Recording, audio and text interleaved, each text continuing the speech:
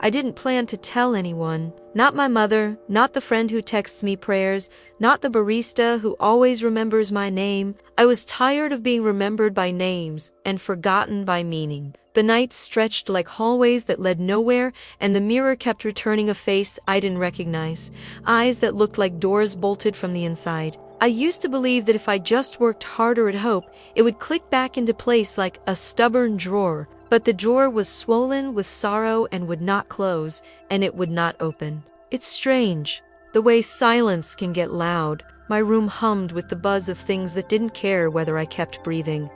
I stacked reasons like thin paper. I'm too much. I'm not enough. People would be relieved. No one would notice. None of it was true, but despair is a gifted lyric, flooded the room with counterfeit certainty. I reached a minute that didn't feel like a minute at all. It felt like the edge of a cliff. Time leaning forward with me. I whispered an apology to no one in particular, and that's when the apology caught on, something like a thread snagging on a nail. A stillness moved through the noise. Not thunder, not a lecture, not a memory. A voice that felt like warmth and authority braided together. It spoke the way sunlight speaks to frost. Daughter, I saw you. There is still purpose. Everything stopped, but not the way I had intended. Breath returned like a tide rolling back in. The room didn't change, but the horizon did. I don't know what you believe or why you clicked on this story today, but if your hands are shaking like mine were, hear me. I was not invisible, and neither are you. This is my true story, how God met me at the minute I wanted to end it all and rewrote my tomorrow. If this reaches you, type I believe in the comments. I will pray your name. Breathe with me now. There is purpose. There is a way forward. I used to think the worst minutes were loud, the kind that tumble into you with sirens and slammed doors, with someone shouting your name across a room, with messages lighting your phone like a fever. But the worst minute of my life didn't march in. It hovered quiet, stubborn, infinite. A minute, like a glass box, and I was inside it, touching the walls that everyone else swore were air. People had been kind to me. That's important for you to know. I didn't collapse because no one ever cared. I collapsed because I couldn't receive the care anymore. It was as if some part of me had taken scissors to all the invisible threads that bind a person to the living. I could list my blessings like inventory. Family, friends, a job, a church, and yet the arithmetic of my heart kept returning zero. I woke up to a morning more tired than the night before and thought, this is not how mornings are meant to feel. Morning should be the first sentence of a promise. Mine read like a continuation of a sentence I never chose to write. That week, I mastered the art of pretending. I became fluent in I'm fine. I learned to wrap my tremble in small talk, to whisper gratitude while avoiding eye contact with the people who could see through me. I was afraid of questions because I feared the answers were contagious. If I said them out loud, what if I never feel okay again? What if God is watching and is unmoved? Wouldn't I infect the people I loved? I prayed, please understand that. I prayed small prayers and big ones. I recited verses like passwords I hoped would open a locked door. I cupped my hands to catch peace, as if it were a shy bird, but my hands were numb. I blamed myself first, poor discipline, not enough faith, too much thinking. Then I blamed the world, too loud, too cruel, too fast. Then I blamed God in careful silence. If he was as kind as the stories said, why did the kindness arrive like delayed mail? On the day everything turned, the sky had that indifferent blue you get when the weather is perfect but your heart is not. I cleaned.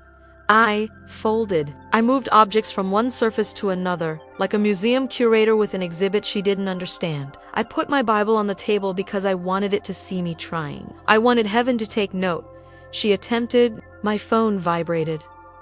A friend, thinking of you, today, Isaiah 43. I didn't open it. I knew the verse by heart, the part about being called by name, about belonging. I didn't want to quarrel with a scripture that loved me more than I felt able to love myself. I turned the phone face down like a stubborn child pushing away a plate. There's a point in certain storms when the sky goes green. The day went like that inside me, an eerie tent before the thunder. I wasn't planning a dramatic scene. I was planning an escape from noise that looked exactly like silence. I thought of all the times I'd told other people to hold on, to wait one more day, to call me if the night grew heavy. I thought, if I call anyone now, I'll talk myself out of this. And the lie in my ears said, that would only prolong the problem. Let's fix it. I stood in the doorway of my small kitchen and watched dust float like slow confetti. I remember wondering how something so small could be so visible. I remember thinking that I had become the opposite, something not small at all, yet somehow invisible. I wasn't angry. I was emptied, like a glass knocked over so many times it forgets it was made to hold water. What happened next has no soundtrack except my breath and a peculiar quiet. People ask me if it was audible. I will tell you how it felt, like being seen by someone standing exactly behind your left shoulder. And the seeing arrives before the words, like a blanket thrown over a fire that was eating a house. Like mercy deciding to take up space in the room and not asking my permission. Daughter, I saw you, there is still purpose.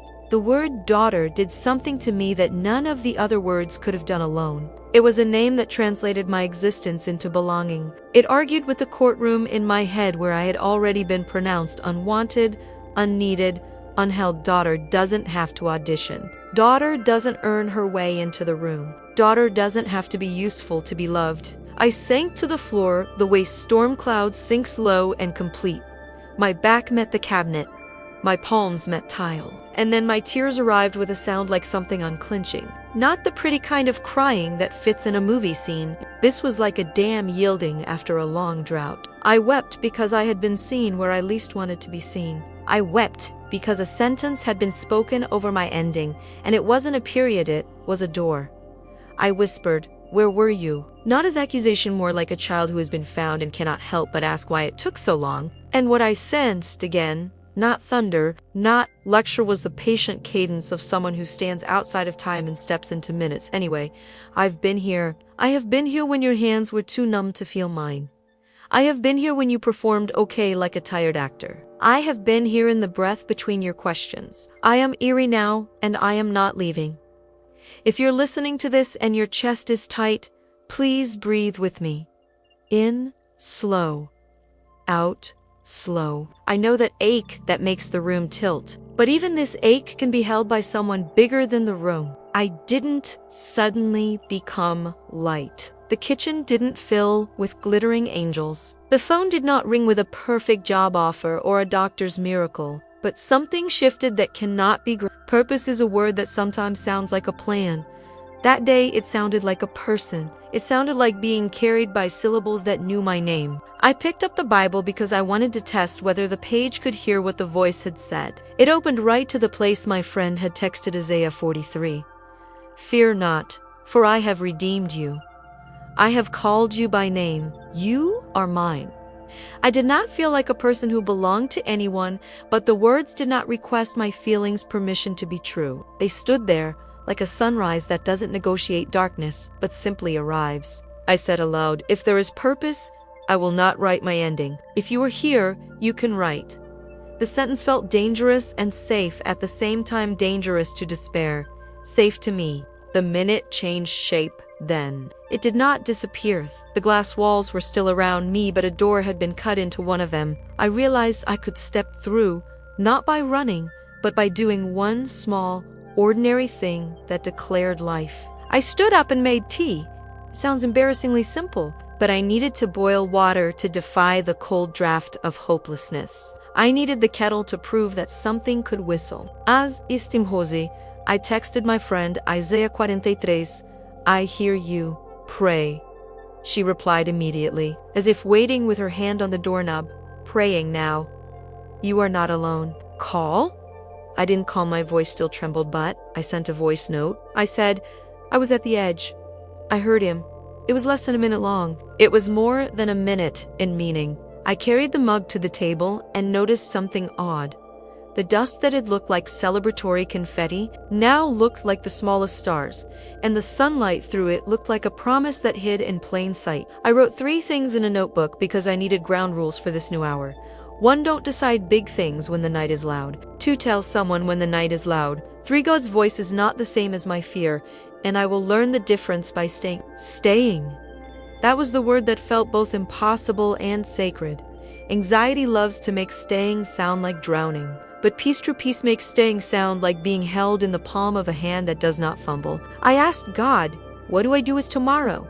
And what I sensed was this: tomorrow is not a cliff. It is a steppy. I will meet you on the step. The rest of that day was uneventful to anyone else. I washed a plate that could have waited.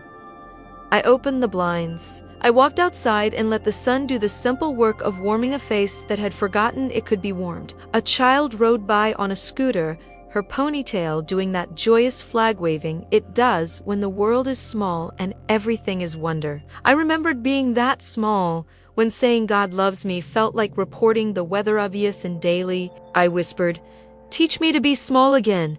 And if he smiled, I think it sounded like the leaves clapping above me. I will not romanticize what followed. The night returned, as nights do. The ache returned, as aches do when nerves wake up after numbness. But the worst minute lost its crown. It could visit me, but it could not rule me, because a voice had spoken a greater thing over me than my ending. That voice did not say, try harder. It said, daughter. It did not say, convince me. It said, I saw you. It did not say, earn purpose. It said, there is purpose. I fell asleep that night with the lamp on, not because I was afraid of the dark, but because I wanted to practice the truth that light is allowed to stay. Before I closed my eyes, I wrote one more rule: for when I forget, I will borrow yesterday's miracle to pay today's doubt. I am free to remember. I am free to ask for help. I am free to breathe. If you are where I was, hear this from someone who intended not to be here to tell you, you are not an interruption. Your existence is not an accident that must be corrected. You do not have to earn the right to keep breathing. There is a hand extended even now. Take it with whatever part of your soul still moves. If all you can say is, help, it is enough. If all you can do is sit on a kitchen floor and weep, it is worship enough for heaven to find you. And if a voice comes warm and authoritative, like light with a backbone, believe it. Even if your feelings disagree, let the words stand. Daughter, I saw you, there is still purpose. Let them stand like a lighthouse while the waves argue. You can rest while they argue. The lighthouse does not tire. The one who built it does not sleep.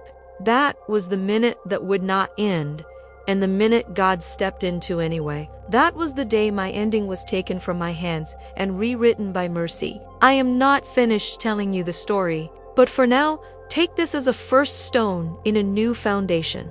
I was seen, I am held. There is purpose. Morning arrived like someone knocking softly and refusing to leave. I didn't leap out of bed announcing a new life. I negotiated with the alarm and blinked at the ceiling as if it might answer questions on my behalf. The previous days, moment the voice, the word daughter, the sudden unspooling of tears on the kitchen floor felt both impossibly far and tenderly near, like a warmth left in a chair after someone stands. I was scared to move in case I scattered it. I was scared not to move in case it faded from neglect. I sat up and waited for the familiar ache to lunge first. It didn't. It waited, too, as if considering the boundaries of a room it once owned. That surprised me. Despair, in my experience, rarely had manners. I whispered, "Are you still here?" The question hovered in the room, not embarrassed to be simple. A gentleness pressed against my sternum. Not dramatic, not cinematic, just enough to keep time with my breath. I remembered the sentence from the night before like a line etched into glass. "Daughter, I saw you, there is still purpose." I repeated it aloud, feeling the words steady my posture the way a hand on a shoulder can make you stand taller without realizing. I am not the heroine who turns into a motivational speaker overnight. I am a person who made tea again, because yesterday's kettle had argued convincingly with wind. I wrapped my hands around the mug and let the heat do what heat does, convince stiff fingers that blood is a friend. While the water boiled, I made a small plan, because the voice had not been a slogan, it had been an invitation. Invitations, I decided, deserve RSVPs in the form of steps. I chose 3. Tell someone clearer than a voice note. Put put scripture where my eyes trip over it, and go outside long enough for my skin to remember sunlight. I texted my friend, "Can we talk? Not urgent, but important." She called within 2 minutes, not because she thinks I can't dial a phone, but because she knows that sometimes the distance from thought to action is a canyon and she is excellent at building bridges. I answered, and the first word was a sob I hadn't scheduled. She waited. The way people who practice love know how to wait, and when the sound became a sentence, I said, "I almost ended everything yesterday." The admission sat between us like a third person, demanding good manners and truth. She didn't panic or scold. "Thank you for telling me," she said. "I am here. I was praying when you texted Isaiah 43 again, and I felt say her name out loud, so heaven hears it and so does she." I said your name. Maybe that's why your phone buzzed my brain. We laughed at the clumsy poetry of that phrase, and laughter entered the room like a toddler, unself-conscious and valuable simply because it exists. Then I told her about the kitchen floor, about the voice, about the word daughter, about Tia's rebellion. I did not name methods, only the closeness of an ending that had felt like a sudden helpful door. I told her that the voice had replaced that door with a different one. Purpose, she repeated, and the way she said it turned it from a slogan into a table. Okay? We are going to put chairs around this word. We are going to sit at it daily. Today, you and me, we're going to make a safety plan in love, not a contract with shame, a plan with mercy, and I want to come over. May I said yes. My yes wasn't just to her. It was to staying at the table. While I waited for her, I carried my Bible to the bathroom mirror and taped a verse where my sleepy eyes would collide with it. I have called you by name. You are mine. The tape refused to stick at the corner, which felt like a metaphor to on the nose, even for my sense of humor, so I pressed it again and said aloud, "Stay." It stayed. I opened my blinds. Light entered like a person who doesn't need to be introduced. I made the bed not because neatness saves souls, but because a made bed reminds my brain that order can coexist with uncertainty. Then I placed a notebook on the table and wrote today's date like I was signing a truce. I will meet you here, God, even if all I have is 5 minutes and a stubborn tear. My friend knocked, and when I opened the door, she didn't say, "You look exhausted," though I did. She said, "You look seen," and that sentence loosened something in my shoulders. We settled with tea, like a liturgy. She pulled out a small stack of index cards, each blank, and a black pen. "We're going to write truth down where the lies like to sit," she said. "Not to perform, but to reach for when the night gets loud again." We wrote 3 headings together: who I am, what I will do when the night is loud, and who I will call. Under who I am, we listed, slowly, carefully, as if a jury needed convincing, but the verdict was already secure. Daughter, beloved, seen, called by name. Not a problem to solve. Not an accident to correct. Not invisible. Then we added human things that felt almost too ordinary to be sacred. Friend, co-worker, neighbor, reader, singer in the second row, who sometimes mumbles the low parts. We wrote, a person allowed to be helped. I underlined that one twice. One of the cruelest myths despair had taught me was that help is a luxury of other people earn. Love promptly disagreed. Under what I will do when the night is loud, we wrote a small order of operations meant to be used like a flashlight, not a whip. Tell God first, with no editing. Text to my friend the word loud so she knows to call. Step outside, even if it's just the balcony, and name 5 things I can see. Drink water, read Isaiah 43 aloud, even if I whisper. We agreed not to make the list burdensome or heroic. I am not being graded, I reminded myself. I am being guided. Under who I will call, we wrote names. My friend, my pastor's wife, my counselor. Yes, I had one. No, I had not told her the truth lately. A second trusted friend, Andra there at the bottom, the emergency number I had been too proud and too ashamed to admit I might need someday. We added the crisis line because love does not pretend we will never be weak again. Love plans to be held when we are. I wrote the numbers on an index card and taped it inside a cabinet door I opened daily. Not as a threat to myself, but as a promise. I am not alone. We prayed next.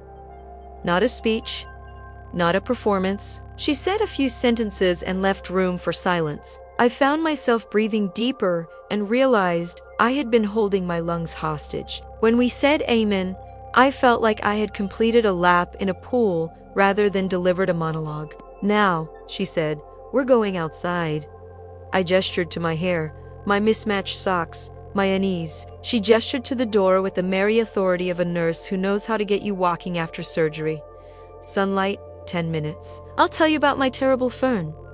We walked. She told me about killing an allegedly unkillable plant. And we laughed at the perseverance of certain small deaths and how even they can be reversed with a little attention and the right window. The sidewalk pressed a rhythm into our feet, and I understood why people talk while walking. The forward motion borrows courage from the legs and lends it to the tongue. On the corner, an elderly man fed a congregation of pigeons, solemn as a priest. A little boy squealed every time the birds startled and lifted, only to land again in approval of the crumbs. I watched the boy's hands and felt something that had gone cold thaw 1 degree. We did not discuss deep theology under a sycamore tree. We discussed grocery lists and why certain dish soaps smell like childhood summers. And yet it was theology, of a sort. The study of a God who made sunlight and neighbors and tiny gray birds that strut like they invented sidewalks. Back inside, my friend hugged me goodbye like a benediction and said, "Text me tonight. 1 word is enough here," I promised. After she left, the apartment held its breath for a second, as if testing whether it could resume the old role of being a stage 4 my undoing. It could not. I had invited too many witnesses. God, a friend, a verse on a mirror, the birds, the boy. I sat with my notebook and asked God, what does purpose look like right now, not in 5 years? Now, the answer arrived not as a blueprint, but as a breadcrumb trail. Return to what strengthens you without pretending you're already strong. That meant sending an email to my counselor, simply, honestly. Can we meet sooner? Yesterday was hard. I need to tell you the truth. It meant placing my Bible by the kettle because apparently the kitchen had become holy ground, and I wanted scripture to be within reach of Tia. It meant listing 3 names of people I could encourage today, not with speeches, just with reminders that they, too, are seen. I sent a message to a coworker going through a divorce, thinking of you. No need to reply. You are not a burden. I texted my younger cousin before her exam. You are more than scores. Proud of you for showing up. I wrote to a woman from church who had shared about her chronic pain. If you need a ride this week, ask. If you don't, I still see you. None of these made a dent in the world's pain, but each punctured the lie that I am useless. Purpose is often a plural word dressed in singular acts. The afternoon dipped into the kind of quiet that used to scare me. This time, I tried to treat silence like a room where a friend was already waiting. I read Isaiah 43 slowly, out loud, like letters from a place that knows my street. When I reached the phrase, "You are precious in my eyes," something unclenched behind my ribs. Precious? I had reserved that word for gemstones and other people. To aim it at my own name felt rebellious in the holiest way. I said it like a dare to my shame. I am precious to God. The walls did not collapse. The shame did not file a lawsuit. Instead, peace settled as if it had paid the rent in advance. In the late afternoon, I found a small cardboard box. I had been ignoring the one with old journals I was afraid to read because I didn't want to meet my past self without compassion. I opened it anyway, asking God to sit with me if the pages accused. I found entries where my handwriting shook with joy over ordinary murder. A sunset I had called loud, a concert where we lost our voices and found our hearts. A campfire where a stranger told me I looked held. I found entries where I had wrestled, too, honest about doubt and disappointment. None of the pages mocked me.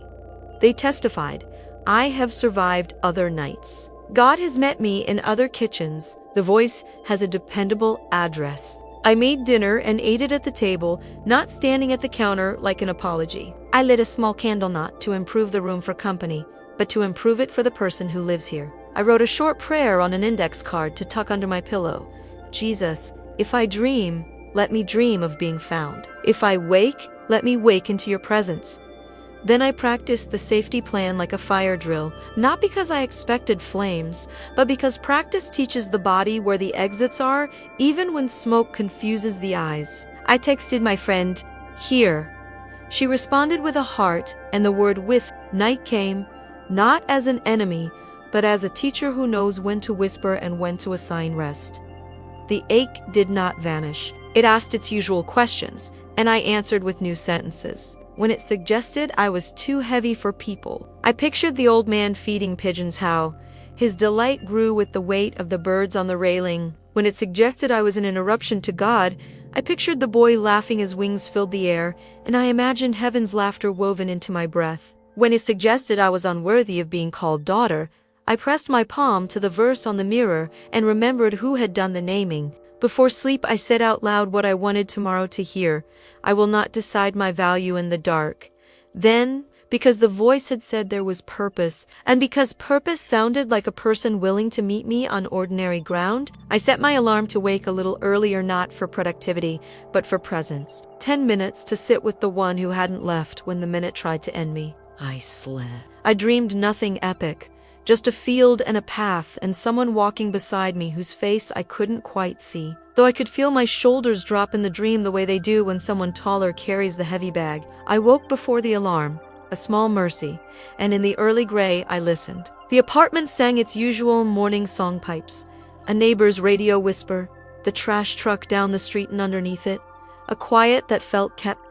I whispered, "Are you here?" The answer was not thunder. It was the kind of silence that keeps promises. That day and the days that followed did not turn me into a person who never trembles. They turned me into a person who knows where to place the tremble. There is a difference between being ruled by a minute and being met in one. There is a difference between a voice that drags you toward an ending and a voice that calls you by name toward a beginning. I am learning the difference. I am practicing it with tea and verses and phone calls and walks and the decision to light a candle for the person who lives here. If you are listening and wondering whether the voice will speak to you, I cannot schedule God for you. I can tell you that He did not blush to be found in my kitchen, that He did not require me to be tidy before He said daughter, that He did not leave when the night returned asking rude questions.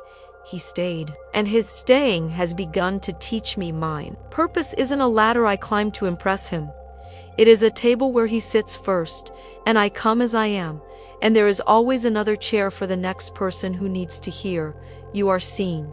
I didn't know purpose could start as quietly as grocery lists. If you had asked me years ago to define a life lived on purpose, I would have painted you a montage. Big stages, brave speeches, airplane windows with cloud oceans, a calendar jammed with things that sounded noble. I would have forgotten to paint the sink. I would have left out the mug I rinse every morning, the Bible with tea rings, the shoes by the door that mean I walk today. After the minute that tried to end me, I learned that purpose often arrives carrying small instructions. It doesn't shout, it sets the table and waits. The day after my walk with my friend, I made another list. This time, shaped less like a crisis plan and more like scaffolding. I wrote 3 words across the top of a fresh page: anchor, rhythm, circle. I didn't know why those words, only that they felt like furniture God was moving into the empty parts of my apartment. Anchor meant what holds when the wind goes looking for something to rearrange. Rhythm meant how to breathe when I forget how. Circle meant the people who will keep watch when my eyelids get heavy. For anchor, I wrote, 1 truth before screens, 1 prayer before shoes, 1 verse on the mirror that I read like my name tag. I chose 1 sentence to memorize that week from Isaiah 43, not because I wanted theological trophies, but because my mind needed something to chew on besides fear. I whispered, "You are mine," while brushing my teeth until the sentence tasted familiar. For rhythm, I wrote, walk most days. Tea at the kettle. Light a candle at dusk.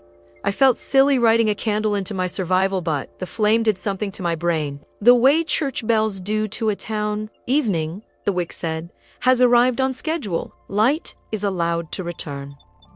When the match flared, I felt like a priest of very ordinary holiness. For circle, I listed names again and added one. My counselor? I sent the email, and she moved an appointment like you make room at a table for someone you love. When I sat on her couch, I told the truth without poetry. I said, I almost ended my life. I watched her shoulders lower in dignity that matched the gravity of my words. She didn't try to fix me with a sentence. She asked permission to ask questions that would help me carry the heavy parts from the shadows into the light. Shame breeds in the dark, she said, as if reading my private biology textbook. We will give it sunlight and oxygen and see how much of it crumbles. We talked about sleep. We talked about food. We talked about the way I learned to be useful so people wouldn't notice I was bleeding. We spoke the sentence "I need help" out loud as if it were a muscle I'd neglected. And then we practiced lifting something small with it. I need help choosing rest tonight. She blessed my fire drill list and added one more line in calm handwriting. If the night gets loud, call me or call the line. She looked me in the eye like a lighthouse looks at waves and said, You are not a burden, even here. I believed her for 2 seconds. It was a good start. At church that week, I sat 1 row further forward than usual. Not because the front row makes you holier, but because I wanted fewer heads between me and the worship lyrics. The songs were familiar, but my mouth was not.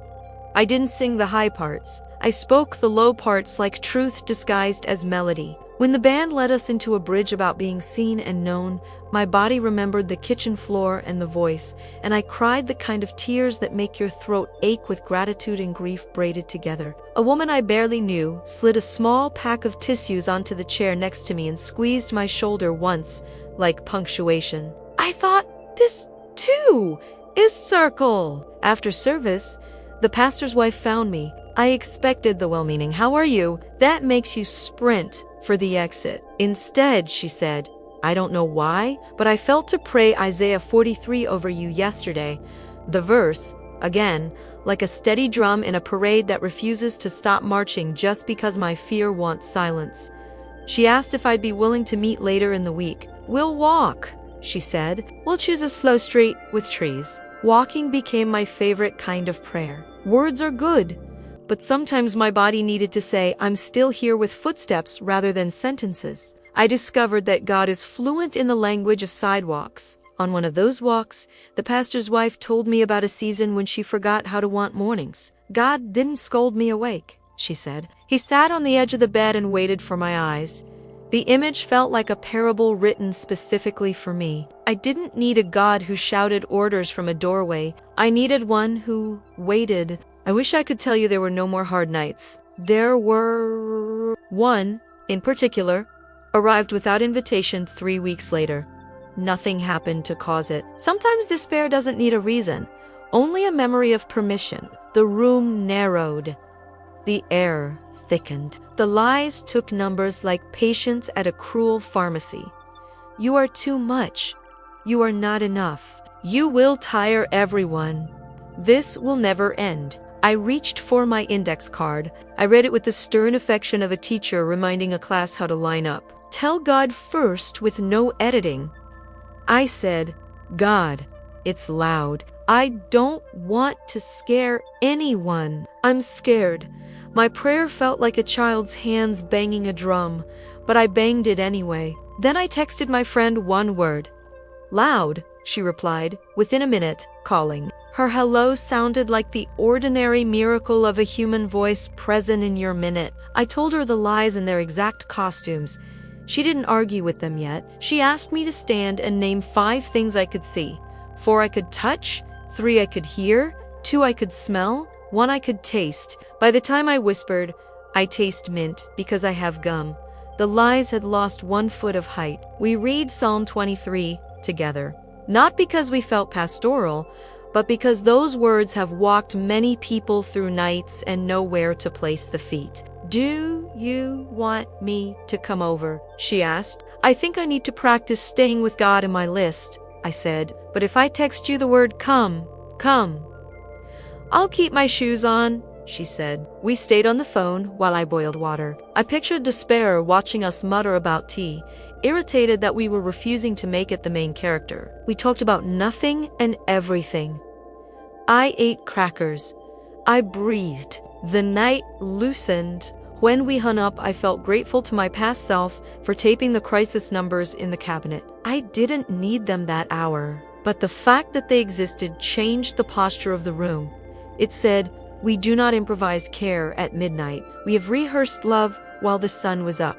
Purpose, in that season, kept arriving disguised as errands. I started volunteering on Tuesday afternoons with a community group that packs grocery boxes and delivers them to seniors who live alone. My first day, I worried my hands would tremble on the steering wheel and scare someone. The group leader, a woman with gentle forearms that look like they've lifted children and casseroles for decades, said, "If you tremble, the groceries won't mind." We laughed. She sent me with another volunteer, an art teacher whose car smelled like lemons. We carried boxers up tired stairwells and listened to stories at open doors. One woman kept asking if we wanted hard candies. "They taste like lavender," she warned, as if daring us to decline.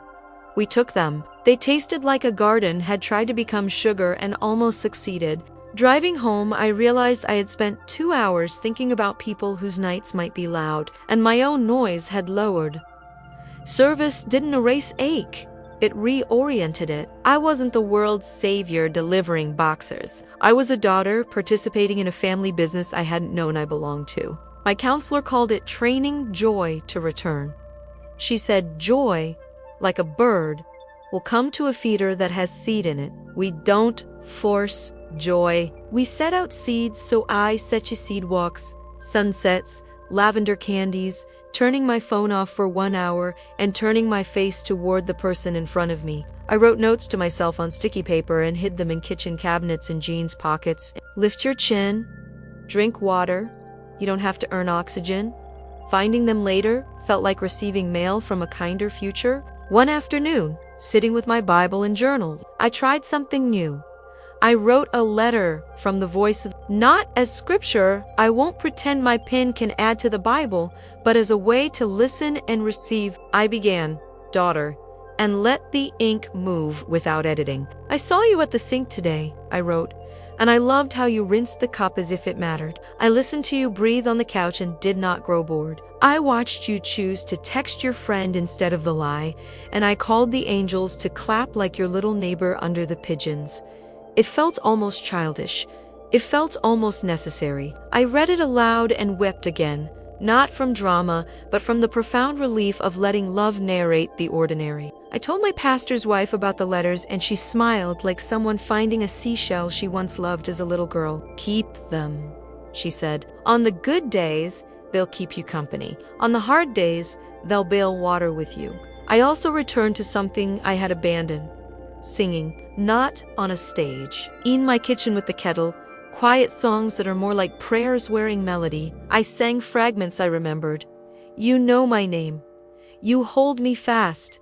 Your goodness is running after me."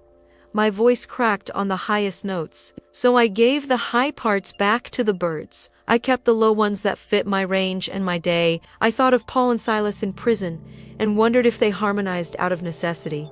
Two tired men, choosing to place their tremble in a song because steel bars understand authority. Of course, not every day looked like a clean page. Some looked like smudges. One morning I woke angry at no one in particular, angry that healing takes time. That miracles sometimes look like medication and therapy and friends.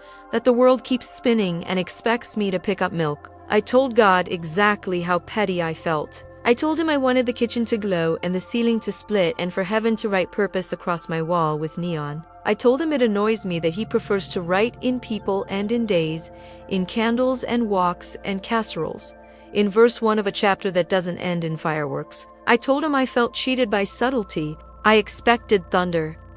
I heard the kettle and into the steam, a sentence, again warm and firm. "I am not cheating you. I am keeping you." Keeping, the word unpacked itself. Kept, like a promise. Kept, like tomatoes in jars your grandmother sealed for winter. Kept, like a flock guarded by a shepherd who sleeps across the doorway. My anger curled up next to that word and fell asleep.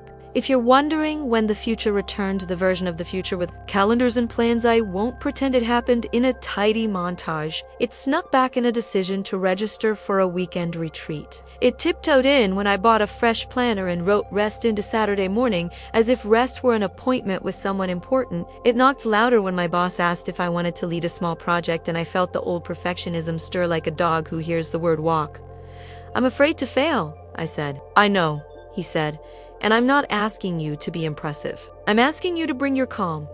I laughed out loud in my office because calm is not on my resume, but I said yes. Purpose, I learned, is less about headlines and more about faithfulness measured in pages turned, emails sent with kindness, meetings where I bring fewer solutions than presents. A month after the minute that wouldn't end, I stood at my window and realized I was looking forward to Wednesday, not Saturday, not vacation, not someday. Wednesday, the day with the volunteer route and the lavender candy that tastes like a pardon. The day with my counselor at 3 and the candle at dusk. The day with a verse on the mirror that still tries to curl at the corner and my finger that still presses it and says, "Stay." I won't romanticize the rest of my life from here. I am not immune tonight. I am a company that is different enough to rename the room. Sometimes I still ask, what is my calling? And I hear, to be my daughter in the places I send you. Sometimes I still want the map and get a hand instead. Sometimes the miracle is that my lungs choose to participate one more time. Sometimes the miracle is laughter over a dead fern. Sometimes it's a friend's one-word text. Here. Sometimes it's the way the pigeons rise as if rehearsing resurrection for anyone willing to watch. If you came to this story looking for a formula, I can't give you one. If you came looking for company, I can come sit at this table called purpose. There is bread, there is tea, there are index cards with truths written in handwriting that shakes and still counts as handwriting. There is a candle we light at dusk that announces to the dark, you do not get to decide the meaning of this room. There is a voice who does not shame the trembling but names the trembling person daughter. There is a shepherd who keeps you when you are not sure you can keep yourself. And there is a Wednesday coming, ordinary and holy, where you and I will practice living forward, not because we're strong, but because we're held. I used to think survival was something you do quietly, breathe, show up, smile with the edges of your mouth so people don't ask questions your throat can't carry. But survival has a second half I didn't know about. Telling the truth out loud so shame can't edit the story. The day I learned that came dressed like an ordinary Saturday kind where laundry hums like a faithful appliance and sunlight invents tiny galaxies in the living room dust. I had been practicing living forward, tea and scripture, walks and phone calls. A counselor who asked good questions and waited for honest answers. The minutes that wouldn't end had lost its throne. Nights still visited, but they did not own the lease. I had filed away a handful of moments where the voice found me again, softer than thunder and harder than lies. Still, there was a part of my story I was hiding the way children hide scraped knees under long socks. "I'm fine, really," I said, and hoped everyone would admire my resilience without asking where the bandages went. My mother called while I folded towels. She always hears the background of my voice as if it's another language. "You sound here," she said. I laughed. "I am. For once." We talked recipes for a while, her soup that heals everything short of a broken bone, the proper way to slice onions without crying. Then she asked the question that came dressed as mercy. "Are you really okay?" I could have given her the usual busy, tired, getting there, but keeping secrets had become too heavy. I sat on the bed, towel in my lap like a white flag, and said the words I had not said to her since the kitchen floor. I almost ended my life. Silence has textures. This one felt like a hand covering a mouth to stop a cry and then choosing to cry anyway. "Baby," she said at last, "thank you for saying it. Thank you for staying. I would have held the sky down with both hands if it meant keeping you." I didn't know. How did I not know? "There was a voice," I said. "In the worst minute, it called me daughter. It said it saw me. It said there is purpose." She drew in a breath like a sail catching wind. "That sounds like him," she whispered. "And then, because she is my mother," she added, I'm coming over. Do you need anything? Soup. Always soup. When she arrived, she touched my face like she was memorizing it again. We sat at the kitchen table that had collected so many ordinary Tuesdays and now had to hold this Saturday. I told her about the index cards in the cabinet and the verse on the mirror, about the counselor who added the crisis line, about the friend who keeps her shoes by the door in case I text come. I told her I'm not cured, I'm being kept. She didn't argue with words like kept or purpose the way some people do when they're She nodded like someone listening to a song she recognizes from childhood. I will keep you, too, she said, not instead of God never that, but alongside him, like a backup hand. We walked through a safety plan together because Love That Praise counts phone numbers anyway. We wrote it in her handwriting, the one that has comforted me since elementary school, permission slips and birthday cards. She put it on her refrigerator like art. You can call me at any hour, she said, and then added with a playful glare, at any hour. I will be mad only if you don't. After she left, I took a deep breath that reached all the way to my heels. Telling one person had shifted the room's architecture. Shame had fewer corners to hide in. I sensed the voice, not scolding, simply pleased. You brought light to the room, daughter. It suits you. The next truth I needed to tell out loud wasn't to family. It was to church. Not an announcement with fanfare, a testimony. The word had always intimidated me. I thought of testimonies as neat before and after pictures in pretty frames, not stories that still shake. I told my pastor's wife I felt compelled nervous, but compelled to speak one Sunday during the time when people share what God has done. She smiled like she knew this day was coming. We'll make space, she said, and we won't rush you. All week I felt like a small boat rocking in a harbor, tied to a post called, Is This Wise? I prayed specifics. Lord, I don't want to glorify darkness. I want to glorify you. Teach me to tell the truth without adding shadow. The answer came like a lantern. Tell what you lived and tell who carried you. Don't teach a class. Witness. Sunday arrived with cool air and the smell of coffee in the foyer. I took my seat one row forward again and sang the low parts like usual. When the pastor invited testimonies, my heart beat in my throat. I stood. My knees felt like they had become very interested in gravity. I walked to the microphone and breathed in the face of hundreds of mornings we'd spent together, these people and I, in music and scripture. Now I would entrust them with my night.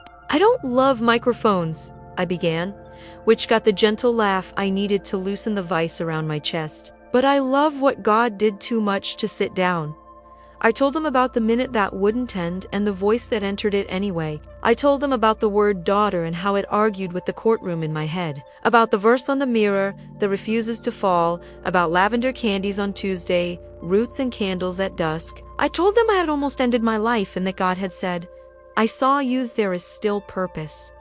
I said it clearly. I looked up when I said purpose because I needed to watch that word take up space in the sanctuary. I didn't wrap it in a bow. I said, some nights are still loud. I'm learning where to place the tremble. I'm learning that tea and truth and phone calls can be worship. I'm learning that testimonies don't require finished stories. They require faithful witness. For a second after I finished, the room held that particular silence that honors holy ground. Then a sound rose that wasn't applause, it was a many-voiced yes. People nodded through tears. Somi whispered, thank you. Some Jesus, some my name. I returned to my seat and wept into a tissue someone had already placed there. It felt like being baptized again, submerged in corporate mercy and lifted by many hands. After the service, lines formed, not the kind I had feared, the ones that gawk, the kind that confess. One by one, people told me versions of the minute I would. A man in his 50s squeezed my shoulder and said, 20 years ago, same kitchen floor, same voice. A teenage girl whispered, I needed your words like oxygen. A woman with quiet eyes said, I've been hiding pills in the back of my cabinet just in case. I threw them away during the last song. She showed me her empty hands, as if they were certificates. We cried together at the altar of ordinary courage. We traded phone numbers like soldiers share canteens. Back home, I told God I was tired, in the best way. I felt like someone who has finally set down a heavy backpack and discovered there is still a spine underneath. I made soup because my mother's insistence had lodged in my bones. As it simmered, my phone buzzed with messages from people I knew well. Some from people who had never spoken to me beyond peace, be with you in the aisle. Thank you for telling the truth. Thank you for not wrapping it in a bow. Thank you for saying daughter out loud so I could borrow it. That night, sleep found me early. But at 2 a.m., the loudness tried a new trick. It whispered, not despair, but doubt about my testimony. You made it too dramatic. You made it too small. You shouldn't have said almost. You shouldn't have said anything. I sat up, turned on the lamp, and did something ridiculous and effective. I read my own testimony back to the room in the past tense, as if preaching to an unruly congregation in my head. She was almost finished. God called her daughter. He saw her. There is purpose. The doubts looked sheepish, like children caught drawing on the wall. I smiled, turned the lamp off, and slept again. In the days that followed, telling the truth out loud began to look like stewardship. I was not the keeper of an epic. I was the keeper of a lamp that needed oil and trimming. I said yes to meeting the teenage girl for hot chocolate with extra whipped cream. Her sleeves hid scars. Her eyes hid galaxies. We talked about math tests and sunsets and the way certain songs feel like they're looking for you. I shared my index card system, and we laughed at how bossy sticky notes can be. We saved the hotline numbers in her phone under a contact name she liked, Hope 24/7. I said yes to coffee with the man who had survived 20 years earlier. He showed me his own version of index cards, dogged, smudged, stubborn. My wife and I read them on loud nights, he said. We read them on quiet mornings, too. We want our house to know the sound of truth when it walks in. I tucked that sentence into my pocket like a relic. One evening, my counselor asked if I would consider joining a small group she led for people who have walked through the valley and now wanted to become signposts. I hesitated. I don't know enough, I said. I still need help. She smiled. That's the qualification. People trust guides who admit they also need a guide. The group met on Thursdays in a room that smelled like lemon cleaner and grace. We shared stories, practiced listening without fixing, learned how to say I am with you without adding, if you just. We created mini safety plans like we were assembling backpacks for hikers. Water, scripture, a map, numbers taped in cabinets, snacks, songs, and poems that taste like hope. A flare the text that says loud. On a Thursday, near the end of our first month, a woman sat in the circle and couldn't speak for a while. We didn't hurry her. Finally, she said, I thought testimonies were for people who never think about dying again. I'm learning they're for people who choose living again. We nodded. The room felt like a choir humming a single note. Telling the truth out loud also meant facing the places where I had performed spirituality to avoid pain. I confessed to God that sometimes I had used scripture like a spell instead of a conversation. I had quoted verses at my fear while refusing to let God sit with me in it. He did not shame me. He taught me to pray shorter prayers with more trust. Jesus, keep me. Spirit, breathe for me. Father, say my name again. Sometimes that was all I could manage. Sometimes that was all that was needed. As the season turned toward autumn, I noticed the trees preaching an ancient sermon, how to let go without dying. Leaves blazed gold and then released their grip with quiet dignity. I stood on my balcony, let one rest in my palm, and whispered, teach me to let go like this of the pressure to be impressive, of the fear that my honesty will disappoint, of the shame that pretends to be humility. The leaf did not answer, but it glowed in the late afternoon sun, and that felt like a reply. I called my mother to tell her about the leaves. You're becoming poetic again, she said, relief disguised as teasing. That's how I know you're healing you, make metaphors out of groceries. We laughed.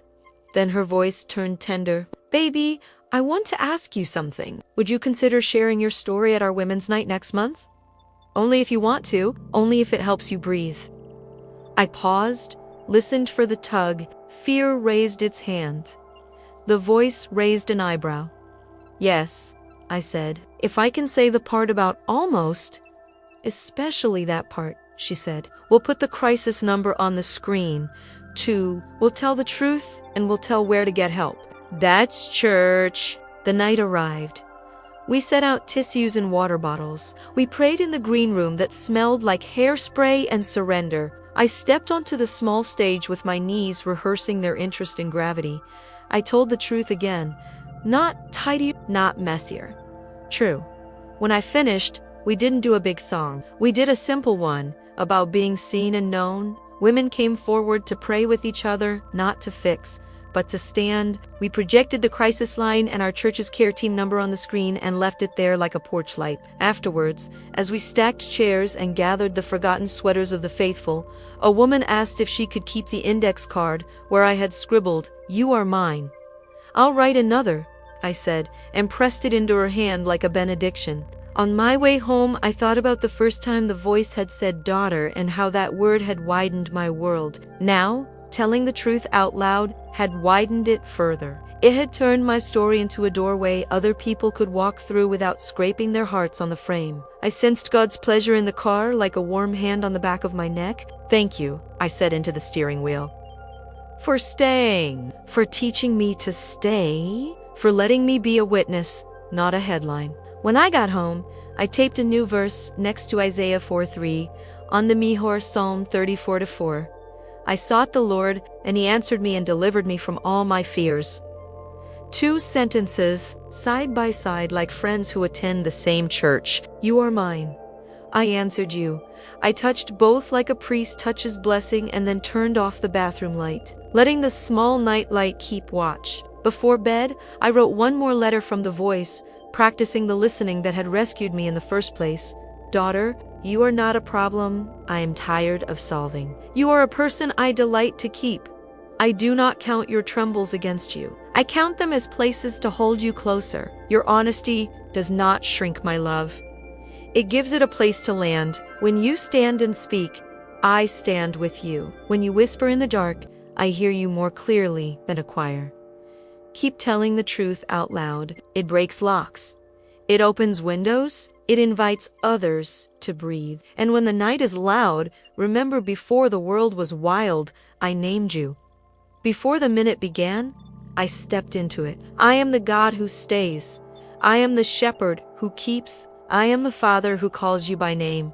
I slid the letter under my pillow like a secret I no longer needed to hide. Then I slept the way children do after a long day of play spent and safe. Morning would come again, knocking softly and refusing to leave, and I would answer with tea and scripture and walking and telling the truth out loud. Survival would keep becoming testimony. Purpose would keep sounding like a person. And the first, a daughter who almost wrote her ending, would keep practicing the holy art of being kept. The first time I said, "I think I'm ready to record my story," I expected the room to tilt. It didn't. The apartment remained stubbornly ordinary, the kettle, the taped verses, the candle stub with its patient wick. It felt right that the decision arrived on a Tuesday, not a holiday, not an altar call. Just a Tuesday where groceries were put away and the pigeons rehearsed resurrection across the street. Purpose, I had learned, loves Tuesdays. I didn't rush. I texted my friend thinking of filming a testimony this week, and she replied with a confetti emoji and the words, "I'm free to hold the camera and your courage." My counselor smiled when I told her and asked one question I didn't know I needed. What do you want people to feel at the end? Not what do you want them to think? Feel I closed my eyes and saw its shoulders lowering, lungs remembering, a stubborn little light flicking on in a room that had convinced them it only owned darkness. I want them to feel seen, I said, and safe to reach for help. She nodded, wrote Scene Plus, safe on her pad, circled it twice, and slid it to me like a benediction disguised as homework. We set up the camera on Thursday at my kitchen table. There's a particular holiness to a camera pointed at honesty. It doesn't judge. It simply receives. My friend adjusted the frame so the verse on my mirror wasn't teen this shachi. This story would be about God, but we didn't want to look like we were staging a museum of holiness. She set a glass of water within reach. If you need a pause, she said, we pause. This isn't a performance. It's a witness. I breathed, the way I'd practiced on loud nights. 5 in, 7 out. Whenever you're ready, she said, and lifted a hand that served as both slate and blessing. Ready is a generous word when you're telling the truth about the minute that tried to end you. I looked at the lens like a person's eyes, the person who clicked on my video at 3 in the morning because their room felt like mine had. I didn't try to look perfect. I tried to look present. My name is, I said it, full and plain. This is my story of being kept when I thought the story was over. I told the kitchen floor minute and the voice that called me daughter. I told about Isaiah 43 and Psalm 34-4 and the way a kettle can argue with winter. I said the crisis number slowly, like an address heaven uses to route help through human hands. I described the index cards in the cabinet and the word we text loud like a flare. I didn't preach.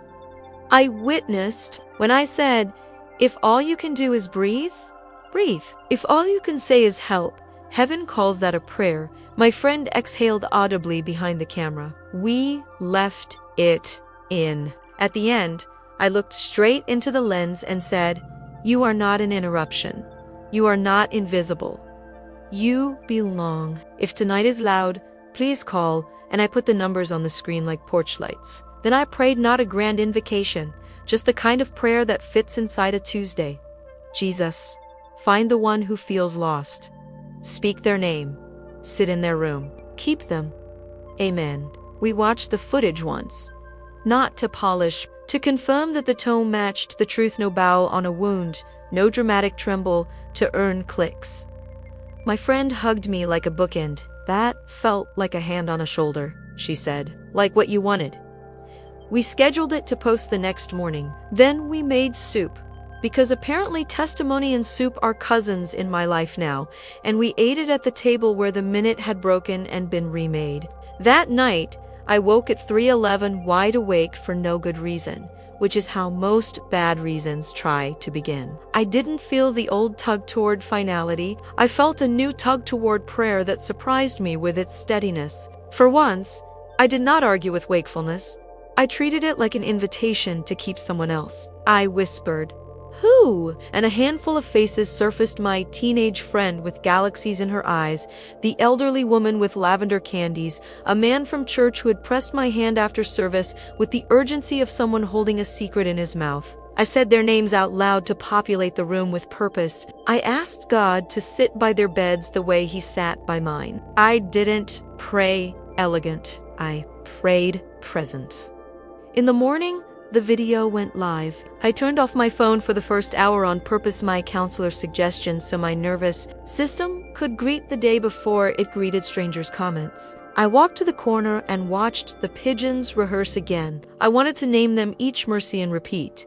When I came back, I made tea, lit the candle at the very edge of its wick, and turned my phone face up. Notifications are a strange modern liturgy. They ding, and your heart thinks, a message from the cosmos. This time, the cosmos was a chorus of people breathing into my kitchen through pixels. I thought I was alone. I said help out loud. I called the number. I put the index cards up.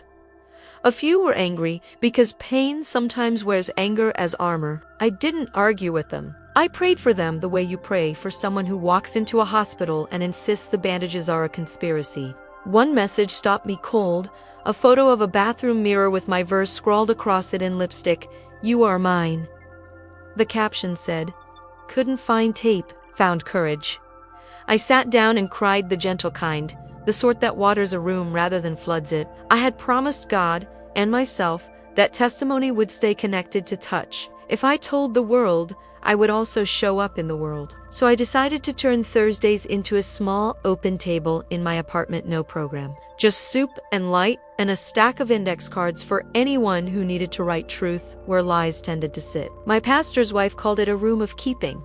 Make 2 soups, she advised, with the practical wisdom of someone who knows how humans multiply. And ask 3 people to be your quiet team praying, greeting, washing dishes. We started small, 4 of us around my table, spoons clinking, napkins soft with use, verses read in voices that shook and still counted as reading.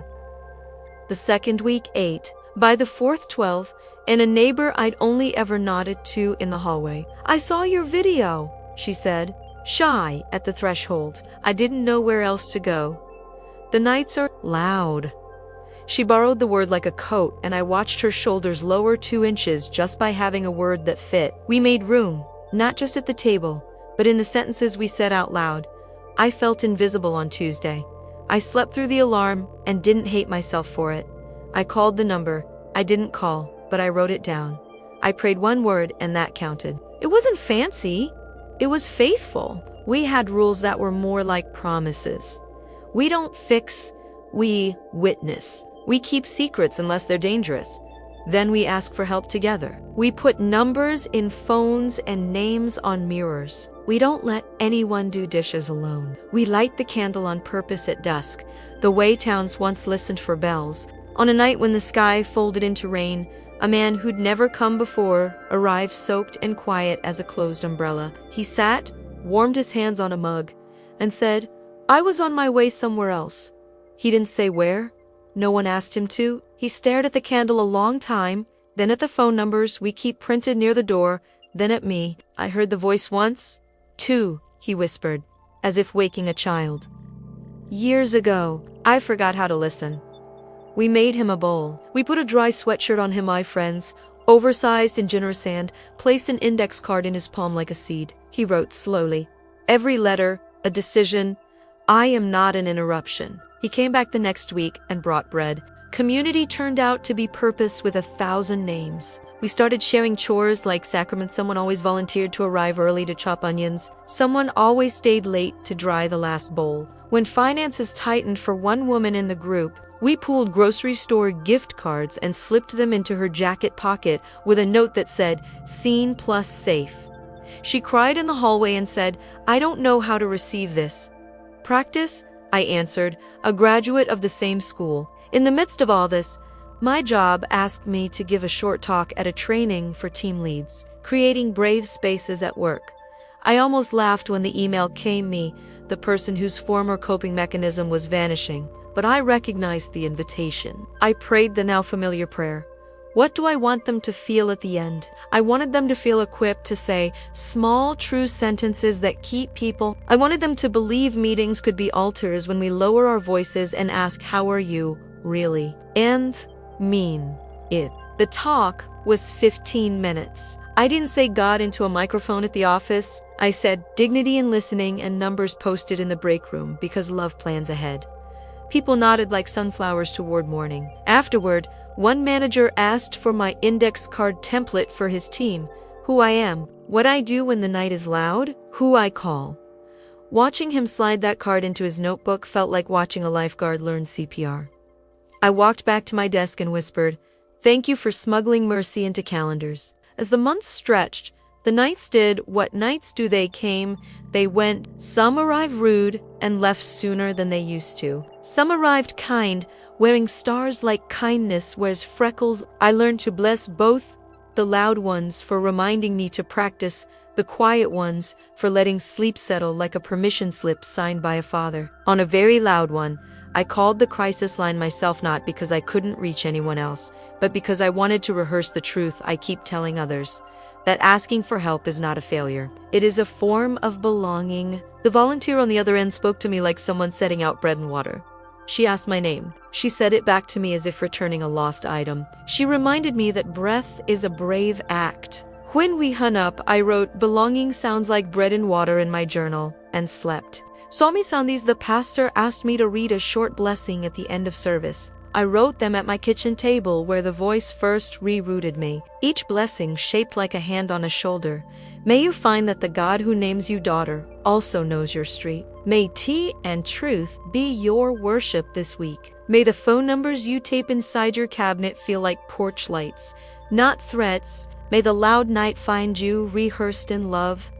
May your lungs remember.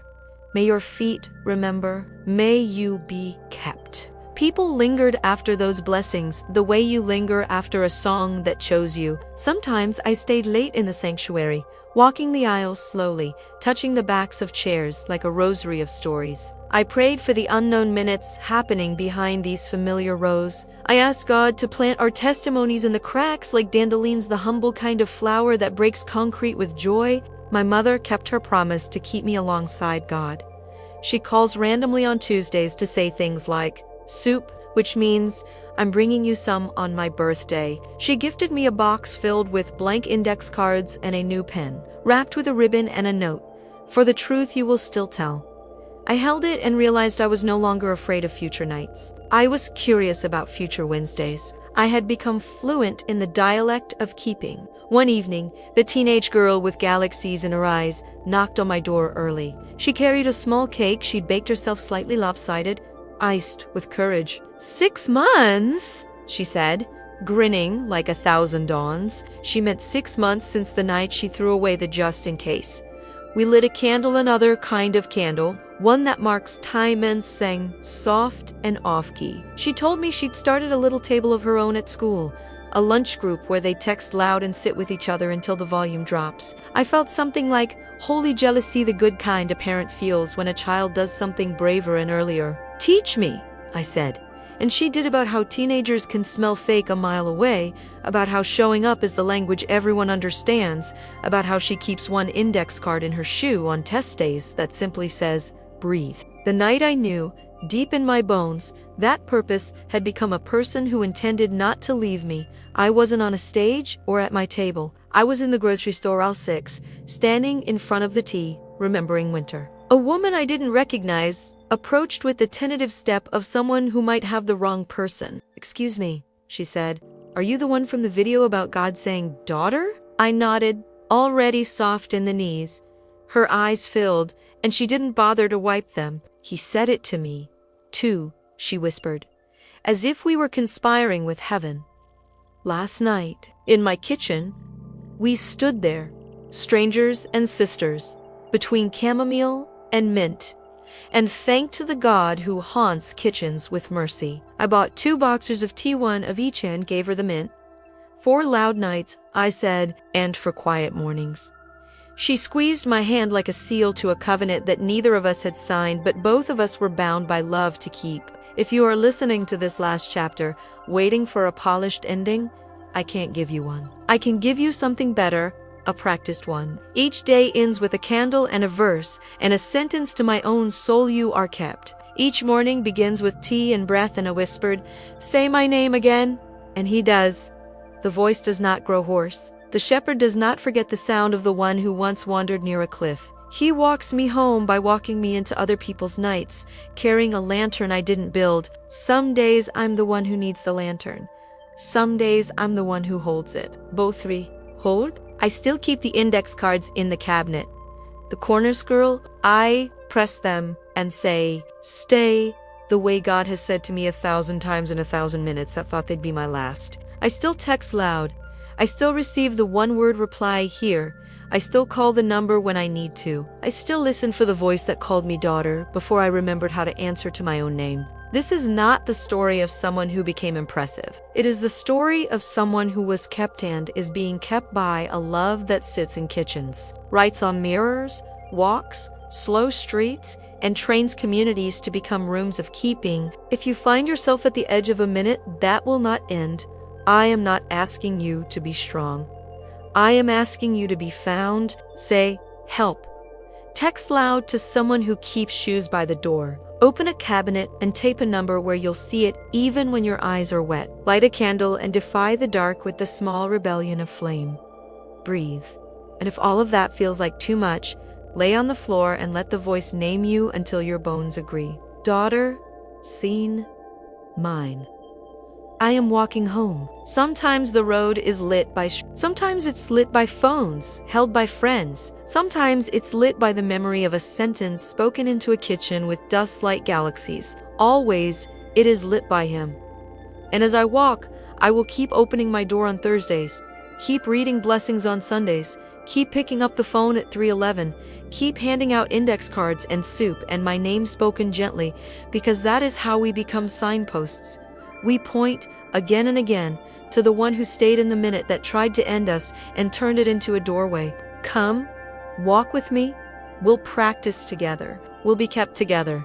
And if the night is loud, we will keep lighting porch lights until home looks like what it has always been, in the heart of Gaza. Place where daughters and sons breathe, belong, and are never, ever invisible.